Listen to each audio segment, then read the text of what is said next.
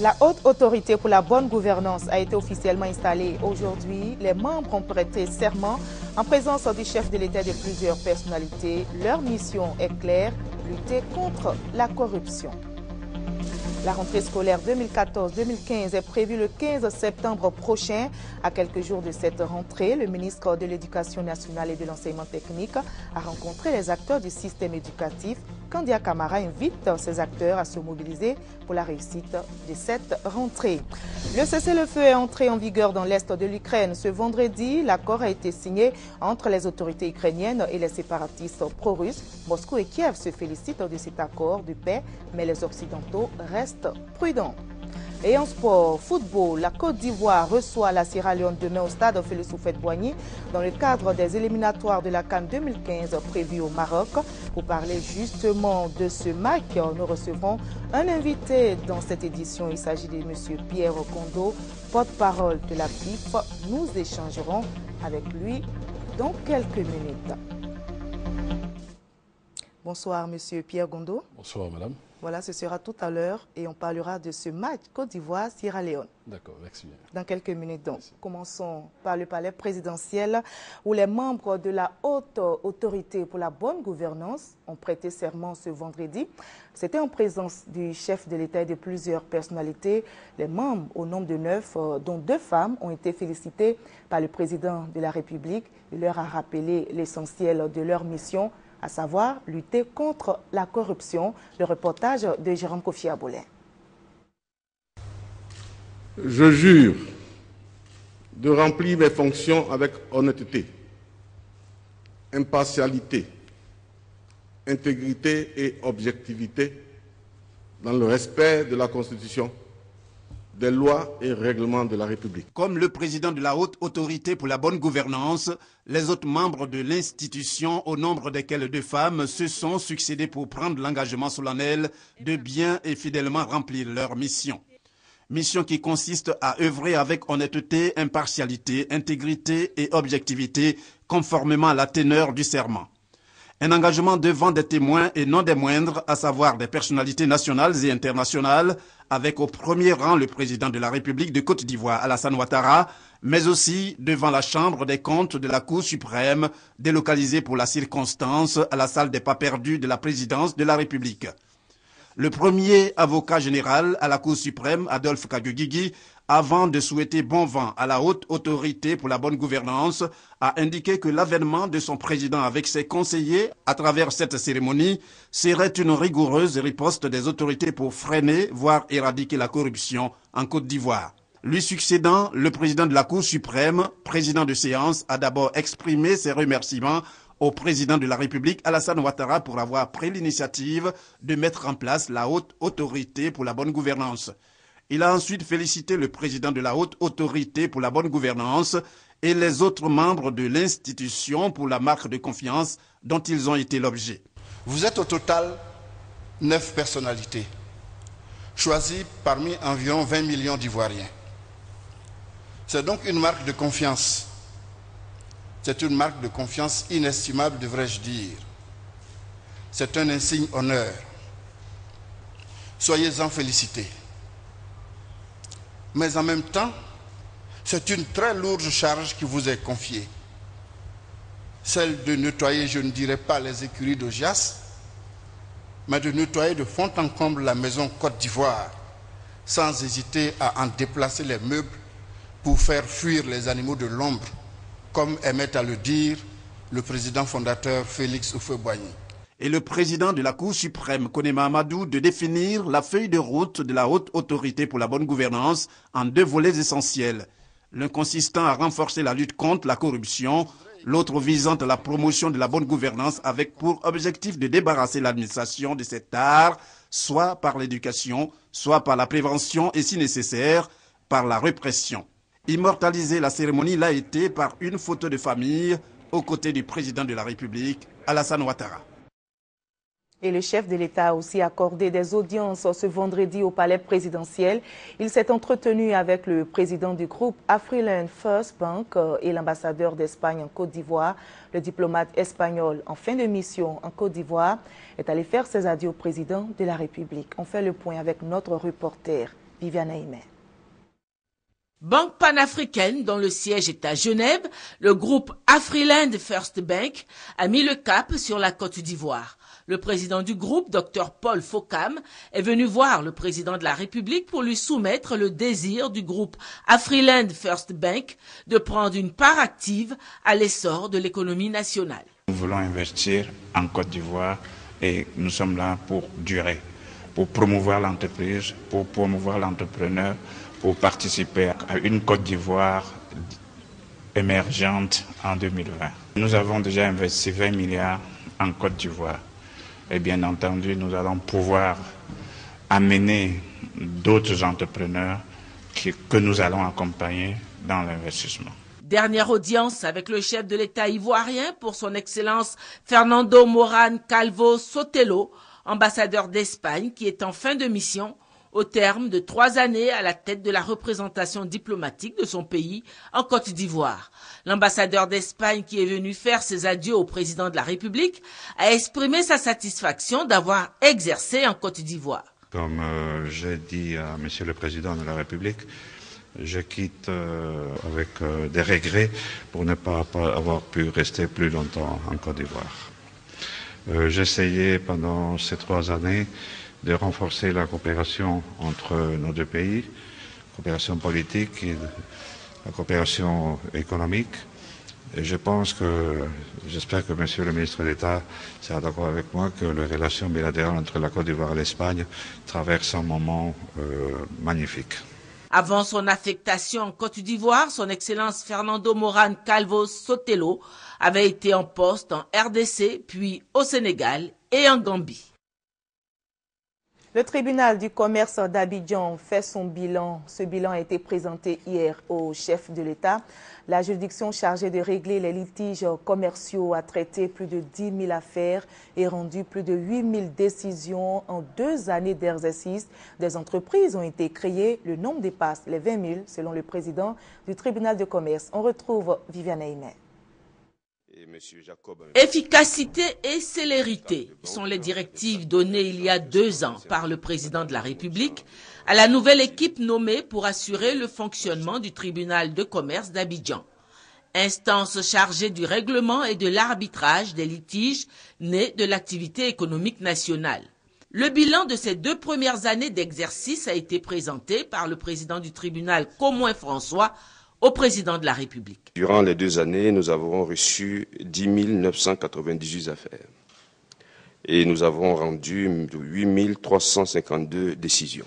On commence à avoir énormément de litiges en matière de baux commerciaux parce que les gens ne payent pas les loyers et donc on a beaucoup de dossiers d'expulsion.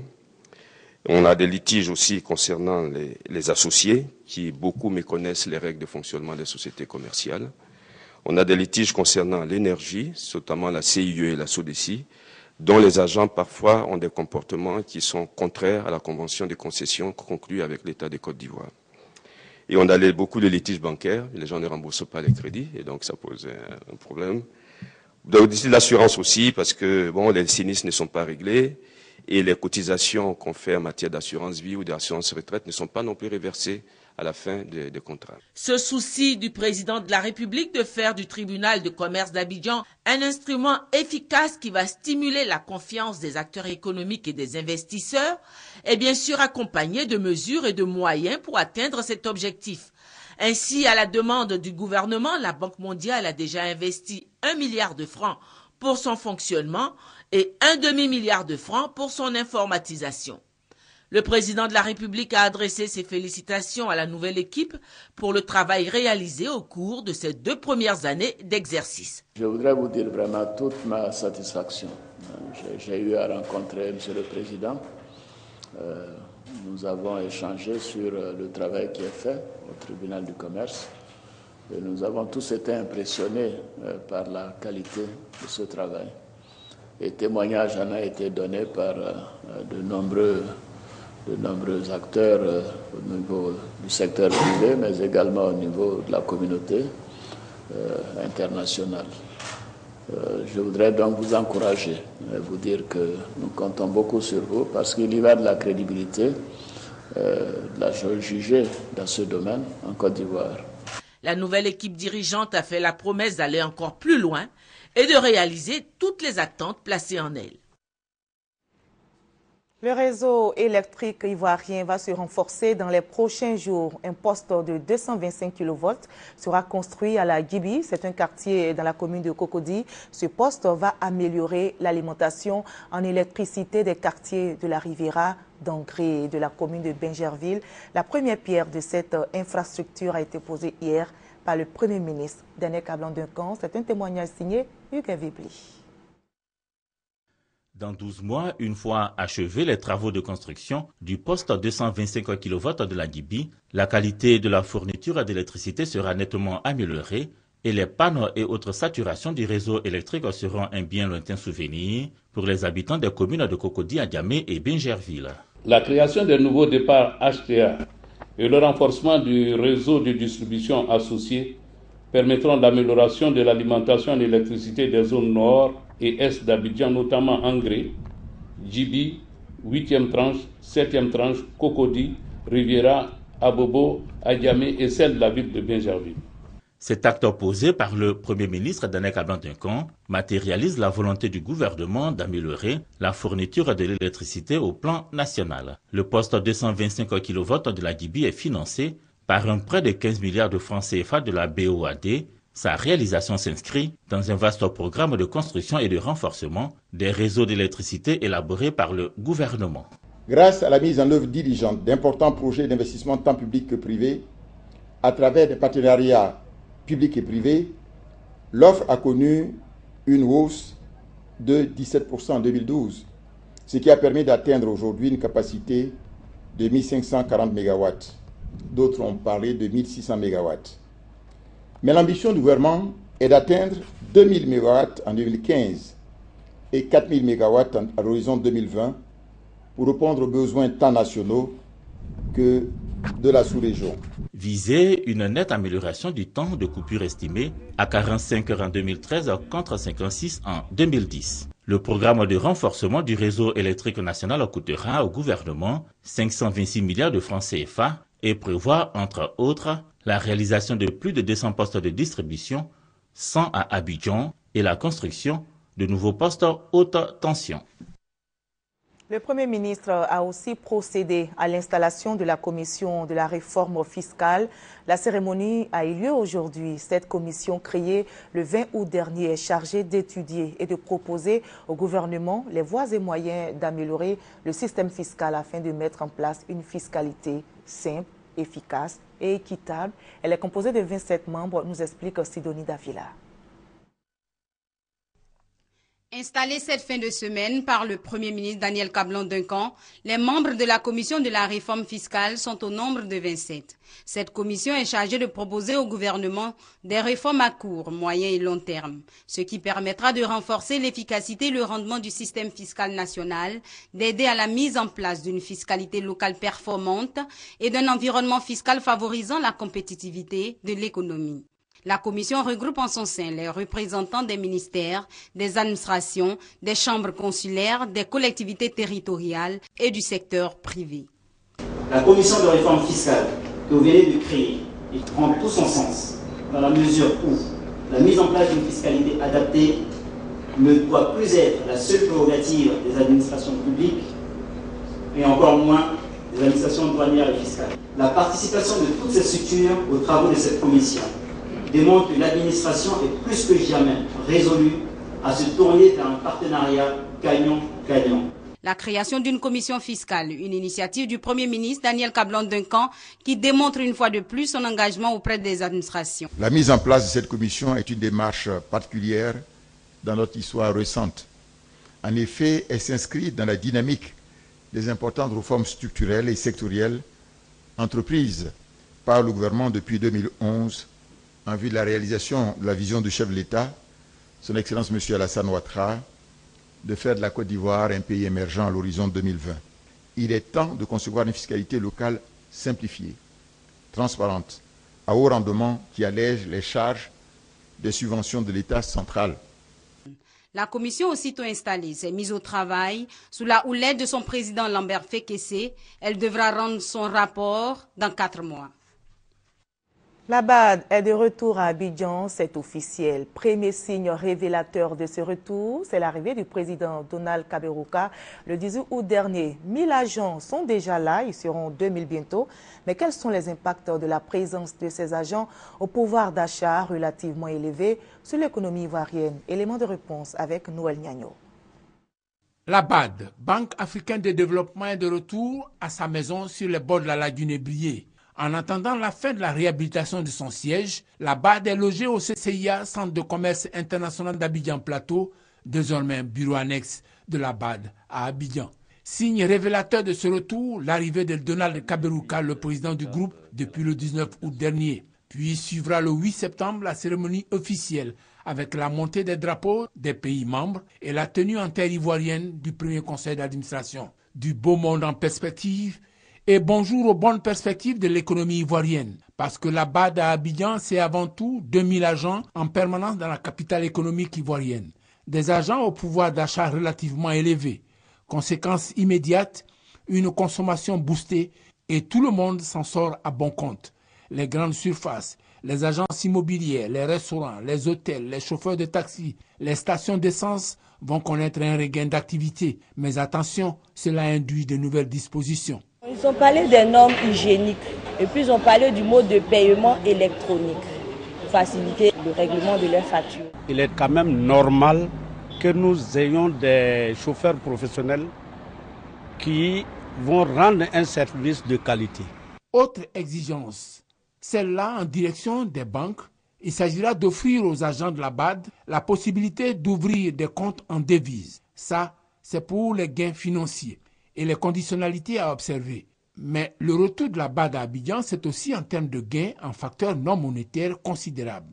Par exemple, les projets en direction de la Côte d'Ivoire seront exécutés avec célérité du fait de la proximité. Cerise sur le gâteau de ce retour, un autre point pour la crédibilité de la Côte d'Ivoire après ces années de turbulences. La première institution de financement panafricaine décide de rentrer chez lui. C'est la première retombée qu'il ne faut pas négliger. Parce que signe de confiance pour les investissements, pour le monde des affaires.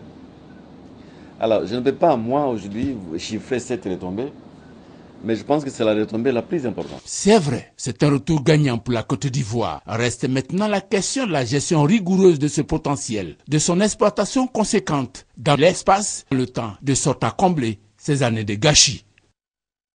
Le CPC était hier face aux professionnels du secteur bancaire. Le Centre de promotion des investissements en Côte d'Ivoire a initié cette rencontre pour parler des mesures de réforme prises par l'État ivoirien en matière de constitution de sociétés commerciales. Les explications avec Mamadou Traoré et Francis Boifo. Pour faciliter les procédures, réduire les coûts et délais de création de sociétés commerciales et surtout de sociétés à responsabilité limitée, le gouvernement ivoirien a adopté de nouvelles mesures cette année. Aujourd'hui, les textes que sont dans la Côte d'Ivoire à partir de l'OADA permettent de pouvoir créer une entreprise en ayant le choix de passage chez le notaire ou de faire donc sous acte, sous seing privé. Deuxième élément, c'est la levée de l'obligation du capital minimum. Et troisième élément, c'est donc la publication en ligne de la création d'entreprise qui désormais est admise par la loi ivoirienne de pouvoir le faire sur le site internet du CPC. 4 mois après la mise en vigueur, l'application de ces nouvelles mesures piétine dans les établissements financiers et banques. C'est pour sensibiliser les directeurs des réseaux bancaires sur les nouvelles dispositions relatives à la création d'entreprises commerciales que le CPC, Centre de promotion des investissements en Côte d'Ivoire, a organisé cette rencontre. Cette rencontre a été le cadre pour nos banques de bien comprendre les réformes. Les banques et établissements financiers vont se mettre en ordre pour les appliquer. Mais encore une fois, je tiens à demander aux opérateurs économiques de se conformer aux dispositions qui sont prises en la matière. Avec l'application des nouvelles mesures, c'est plus de 1900 entreprises créées entre le 15 mai et le 31 août 2014 contre 908 l'année dernière à la même période, soit plus du double cette année. On en arrive à l'un des grands titres de cette journée. La rentrée scolaire 2014-2015, je l'ai dit, aura lieu le 15 septembre prochain. Eh bien, quelques jours de cette rentrée, le ministre de l'Éducation nationale et de l'enseignement technique a rencontré les acteurs du système éducatif ce vendredi. C'était au lycée Sainte-Marie de Cocody. Engagement et persévérance pour la qualité et la performance de notre école, c'est le thème choisi pour cette rentrée scolaire. La ministre Kandia Camara invite les acteurs du système à s'impliquer pour la réussite de cette rentrée scolaire. On en parle avec Herman Niamien. Pour cette réunion de rentrée solennelle 2014-2015, tous les acteurs du système éducatif ivoirien ont effectué le déplacement du lycée Sainte-Marie de Cocody. Désormais une tradition, cette rencontre est l'occasion pour le ministre de l'Éducation nationale et de l'enseignement technique de faire le bilan de l'année écoulée et de donner les directives pour l'année qui commence. Kandia Camara souligne que beaucoup a été fait l'année achevée pour améliorer la qualité du système éducatif, ce qui a abouti selon elle aux résultats acceptables des différents examens de fin d'année.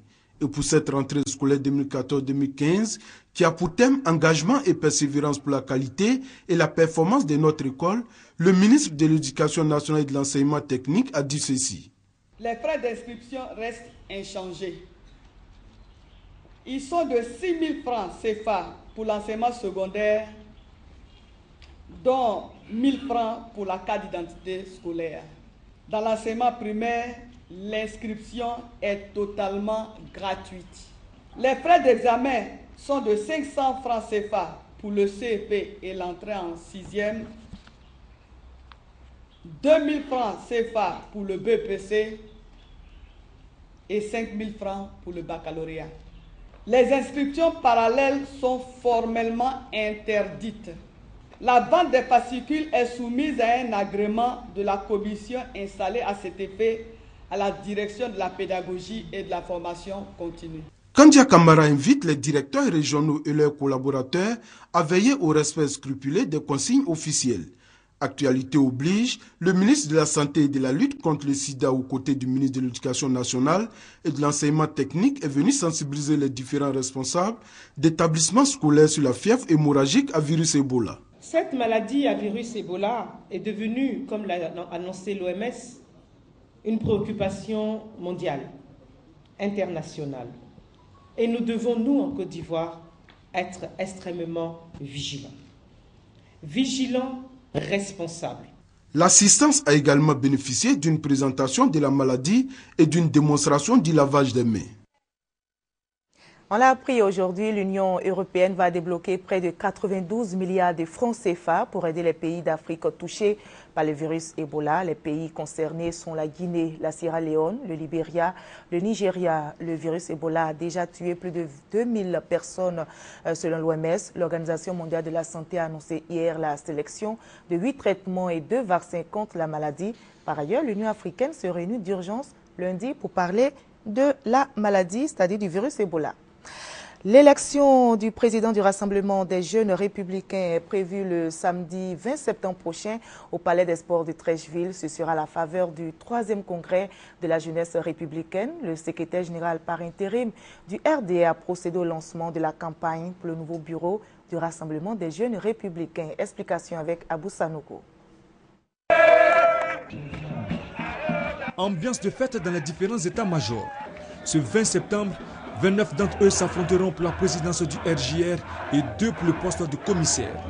Mais l'enjeu ne semble pas l'avoir emporté sur le jeu.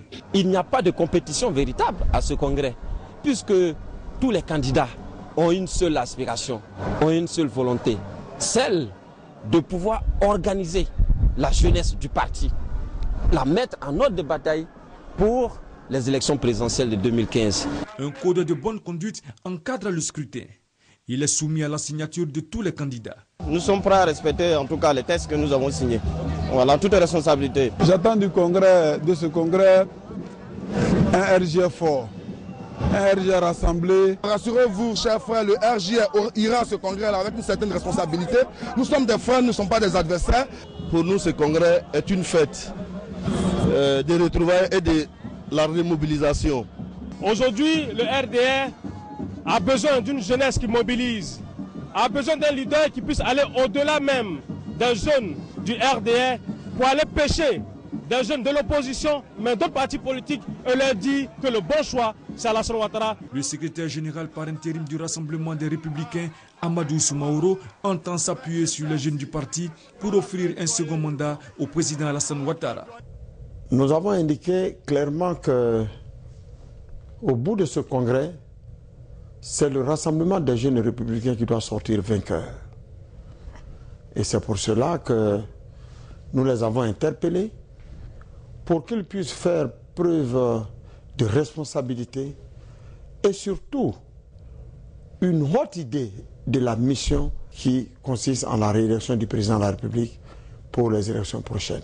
Élection 2015, jeunes, unis et mobilisés pour le président Alassane Ouattara. C'est le thème de ce 3e congrès. Il a été développé par le ministre de la Promotion de la Jeunesse, des Sports et Loisirs, Alain Lobognon. L'élection du nouveau président du RJR sera l'affaire de 3640 délégués. Et cette autre information, Ahmed Abdi Godan, le leader des islamistes somaliens Shebab, a été abattu au cours d'une frappe aérienne menée par l'armée américaine depuis lundi.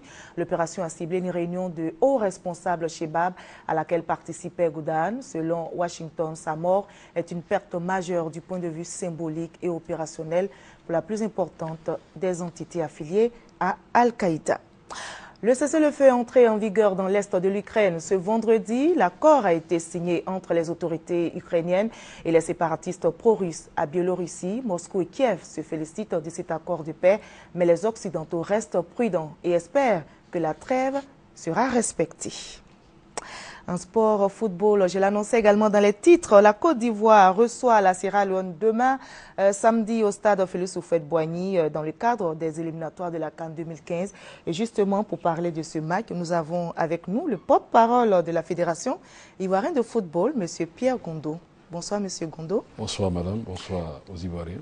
Alors, finalement, le match Côte d'Ivoire-Sierra Leone sera joué après l'autorisation du gouvernement avec à la clé des précautions à cause du virus Ebola. Écoutez, toute la joie est pour nous donc de pouvoir jouer ce match ici à Abidjan sur notre base. C'est le lieu de remercier le gouvernement qui a fait un effort particulier, vous savez, face à la virulence de ce virus Ebola, d'autoriser ce match sans enfreindre les mesures que le gouvernement a lui-même prises. Donc d'autoriser le match dans les mesures sécuritaires sans exposer la population. Justement, parlez-nous de ces dispositions pratiques pour l'organisation de ce match qui se jouera demain. Le gouvernement a d'abord pris la précaution de demander à la Fédération ivoirienne de football de lui présenter un dossier, j'allais dire, sans tâche. Donc, nous avons travaillé avec la CAF, nous avons travaillé avec la Fédération sierra-léonaise de football qui a accepté de nous présenter une liste de joueurs et d'encadreurs, tous vivant en dehors de la Sierra Leone et n'ayant pas séjourné 21 jours avant leur arrivée dans un pays endémique. Donc, la Sierra Leone a accepté de faire cet effort, de nous présenter une liste de 20 joueurs plus 4 encadreurs, tous vivant en dehors de la Sierra Leone et n'ayant pas séjourné en Sierra Leone ou dans un pays atteint par la maladie. La CAF également a fait l'effort d'envoyer un expert médical pour superviser donc l'arrivée des Sierra Leonais, et les autorités sanitaires locales ont pris donc les mesures à l'aéroport et depuis le séjour de nos amis ici en terre ivoirienne, donc de faire le contrôle puis la surveillance donc de ses amis. Et jusqu'ici, nous n'avons heureusement aucun signal d'alerte à ce niveau. Donc le match va se jouer, heureusement, dans des conditions de sécurité, dans des conditions sanitaires. Tout est donc réuni pour assurer les populations que vous attendez justement. Absolument. Aujourd'hui, j'allais dire, tout est réuni. Nous sommes maintenant simplement en train d'organiser un match de football. Et comme nous avons l'habitude de le faire, nous avons déjà pris les mesures, toutes les réunions ont eu lieu au niveau avec les autorités sanitaires, donc pour le côté sanitaire, avec les autorités chargées de la sécurité, pour ce qui est de la sécurité, et puis bien entendu avec notre équipe d'organisation habituelle de ce genre de compétition, pour donc en 3 jours boucler l'organisation, permettre aux Ivoiriens de voir un très beau match de football, on l'espère. Donc on s'attend à une grande mobilisation des Ivoiriens. Alors, dites-nous, à la veille de ce match Côte d'Ivoire-Sierra Leone, quel est le moral de l'équipe? C'est-à-dire des éléphants de Côte d'Ivoire. Nous avons d'abord un nouveau sélectionneur qui a convoqué 26 joueurs. Sur les 26 joueurs, vous avez 6 nouveaux qui font leur première sélection. Donc, ils sont encadrés par les anciens. Nous sommes à une étape charnière au niveau de notre équipe nationale, celle de bâtir une nouvelle équipe pour affronter, j'allais dire, les échéances à venir. Donc, nous avons vu des garçons, en tout cas depuis qu'ils sont arrivés à partir de dimanche, mobilisés, à cœur de pouvoir prouver et donc, à leurs sélectionneurs et à la nation ivoirienne qu'ils ont mérité, j'allais dire, de la sélection pour être là. Et des joueurs qui vont nous donner la victoire, on l'espère, demain. Écoutez, nous avons 2 matchs qui vont se suivre. Le match contre la Sierra Leone le 6 et juste après le 10, le mercredi 10, le match contre le Cameroun. Notre prière et notre espoir, c'est de sortir donc de ces 2 confrontations en tête de notre pôle. Et on pense qu'on va gagner. Merci beaucoup, Monsieur Pierre Gondo, d'avoir été avec nous sur ce plateau. Vous l'avez bien compris, c'est la fin de cette édition. Merci à vous tous de l'avoir suivi. À 23 h, vous avez rendez-vous avec Hamza Diaby.